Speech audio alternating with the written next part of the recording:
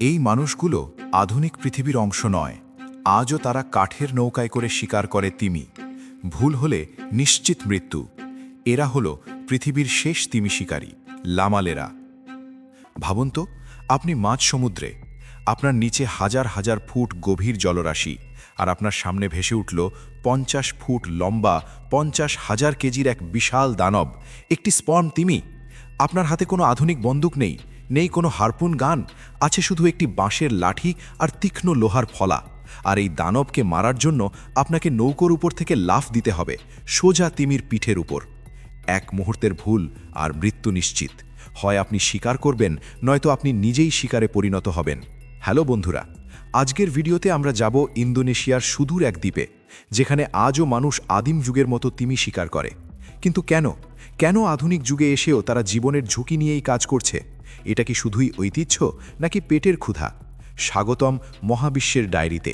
চলুন উন্মোচন করি লামালেরা গ্রামের সেই অজানা রহস্য, যা জানলে আপনার গায়ের লোম দাঁড়িয়ে যাবে। ইন্দোনেশিয়ার পূর্ব দিকের এক ছোট্ট দ্বীপ, নাম লেম্বাটা। আর এই দ্বীপের একদম শেষ প্রান্তে আগ্নেয়গিরির পাথুরে ঢালে অবস্থিত একটি গ্রাম, লামালেরা। প্রথম দেখায় মনে হবে এই গ্রামটি যেন অভিশপ্ত। এখানকার মাটি এতই রুক্ষ এবং পাথুরে যে এখানে কোনো ফসল ফলে না। ধান, গম বা ভুট্টা বেঁচে থাকার মতো কিছুই এখানে চাষ করা সম্ভব নয়। তাহলে এখানকার মানুষ খায় কি, বাঁচে কিভাবে? তাদের সামনে একটাই পথ খোলা, সমুদ্র। কিন্তু লামালেরার মানুষেরা সাধারণ জেলে নয়, তারা ছোটোখাটো মাছ ধরে দিন পার করে না। তাদের লক্ষ্য সমুদ্রের রাজা, বিশাল স্পার্ম তিমি।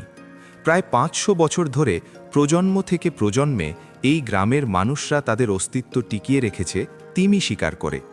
আধুনিক বিশ্ব যেখানে তিমি শিকারকে নিষিদ্ধ করেছে, সেখানে লামালেরা গ্রামের মানুষদের জন্য এটি কোনো শখ বা খেলা নয়, এটি তাদের জীবন ও মরণের প্রশ্ন।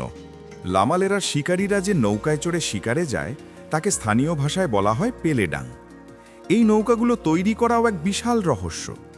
বিশ্বাস করবেন কিনা জানি না, এই নৌকাগুলোতে একটিও লোহার পেরেক ব্যবহার করা হয় না।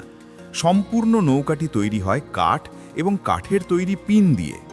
স্থানীয়দের বিশ্বাস, লোহার পেরেক নৌকাকে দুর্বল করে দেয় এবং সমুদ্রের আত্মারা তাতে রুষ্ট হয়। প্রতিটি নৌকায় 14 থেকে 15 জন নাবিক থাকে, কিন্তু সবার কাজ এক নয়। নৌকার একদম সামনে মৃত্যুর চোখে চোখ রেখে যে মানুষটি দাঁড়িয়ে থাকে, তাকে বলা হয় লামাফা। লামাফা হলো সেই ব্যক্তি যে হারপুন বা বর্ষাটি নিক্ষেপ করে। লামালেরা সমাজে একজন লামাফার মর্যাদা একজন রাজার সমান। কিন্তু এই সম্মান তাকে এমনি এমনি দেওয়া হয় না, তাকে হতে হয় গ্রামের সবচেয়ে সাহসী এবং ক্ষিপ্র মানুষ। যখন একটি তিমি দেখা যায়, তখন সাধারণ নাবিকরা নৌকা চালায়, কিন্তু লামাফা একদম নৌকার কিনারায় এসে দাঁড়ায়। তার হাতে থাকে কিপা, একটি দীর্ঘ বাঁশের বর্ষা, যার মাথায় লাগানো থাকে লোহার হুক। আর তারপর আসে সেই মুহূর্ত। তিমিটি যখন নিঃশ্বাস নেওয়ার জন্য পানির ওপরে আসে, ঠিক সেই মুহূর্তে লামাফা তার শরীরের সমস্ত শক্তি দিয়ে অভিকর্ষকে হার মানিয়ে বর্ষাসহ লাফ দেয় তিমির পিঠের ওপর। ভাবুন তো একবার, নিচে তোলপাড় করা সমুদ্র, আর আপনি লাফ দিচ্ছেন একটি জীবন্ত পাহাড়ের ওপর।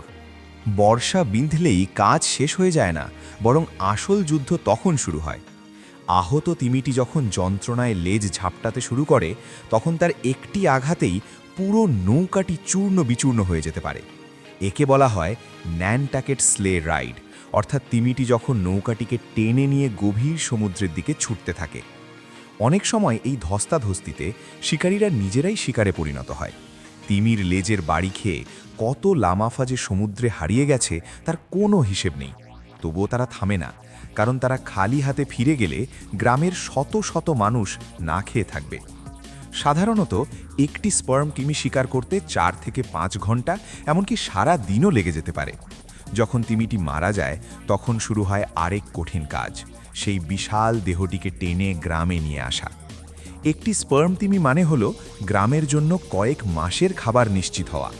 কিন্তু লামালেরা গ্রামে এই মাংস ভাগ করার একটি অদ্ভুত নিয়ম আছে, যা সমাজতন্ত্রের এক নিখুঁত উদাহরণ।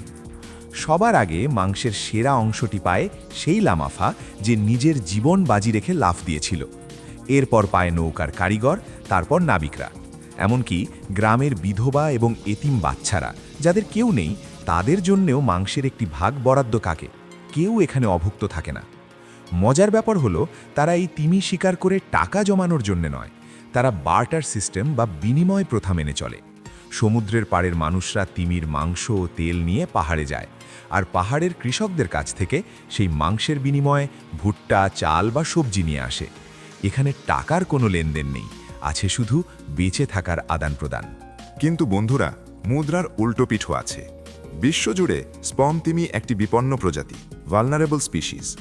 অনেক পরিবেশবাদী সংস্থা এবং আন্তর্জাতিক মহল লামালেরার এই শিকারের তীব্র বিরোধিতা করে আসছে।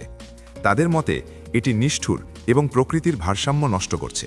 কিন্তু লামালেরার মানুষদের প্রশ্ন, আমরা যদি শিকার না করি তবে খাবো কি? আমাদের তো সুপার শপ নেই, আমাদের জমিতে ফসল হয় না, আমরা তো বাণিজ্যিক জাহাজের মতো হাজার হাজার তিমি মারছি না। আমরা বছরে মাত্র 10-15টি তিমি শিকার করি শুধুমাত্র আমাদের পেট চালানোর জন্য। এটি এক বিশাল নৈতিক দ্বন্দ্ব। একদিকে প্রকৃতির সংরক্ষণ, অন্যদিকে একটি প্রাচীন জনগোষ্ঠীর বেঁচে থাকার অধিকার। ইন্দোনেশিয়া সরকারও এই গ্রামটিকে একটি বিশেষ মর্যাদায় রেখেছে, তাদের ঐতিহ্যের খাতিরে শিকারের অনুমতি দিয়েছে, তবে কিছু শর্ত সাপেক্ষে। লামালেরার এই সাহসী মানুষেরা হয়তো পৃথিবীর শেষ তিমি শিকারী। আধুনিকতার ছোঁয়া এখানেও লাগছে। নতুন প্রজন্মের ছেলেরা এখন আর জীবনের ঝুঁকি নিয়ে লামাফা হতে চায় না, তারা শহরে চলে যাচ্ছে। হয়তো আর 20-30 বছর পর এই রোমহর্ষক শিকার পদ্ধতি শুধুই ইতিহাসের পাতায় থাকবে। বন্ধুরা, আপনাদের কি মনে হয়, লামালেরার মানুষদের কি এই ঐতিহ্য ধরে রাখতে দেওয়া উচিত, নাকি তিমির সুরক্ষার জন্য এটি বন্ধ করে দেওয়া উচিত? কমেন্ট করে অবশ্যই জানান। ভিডিওটি ভালো লাগলে লাইক দিন এবং শেয়ার করুন। দেখা হবে পরের ভিডিওতে নতুন কোনো রহস্য নিয়ে। ততক্ষণ পর্যন্ত ভালো থাকুন, কৌতূহলী থাকুন। ধন্যবাদ।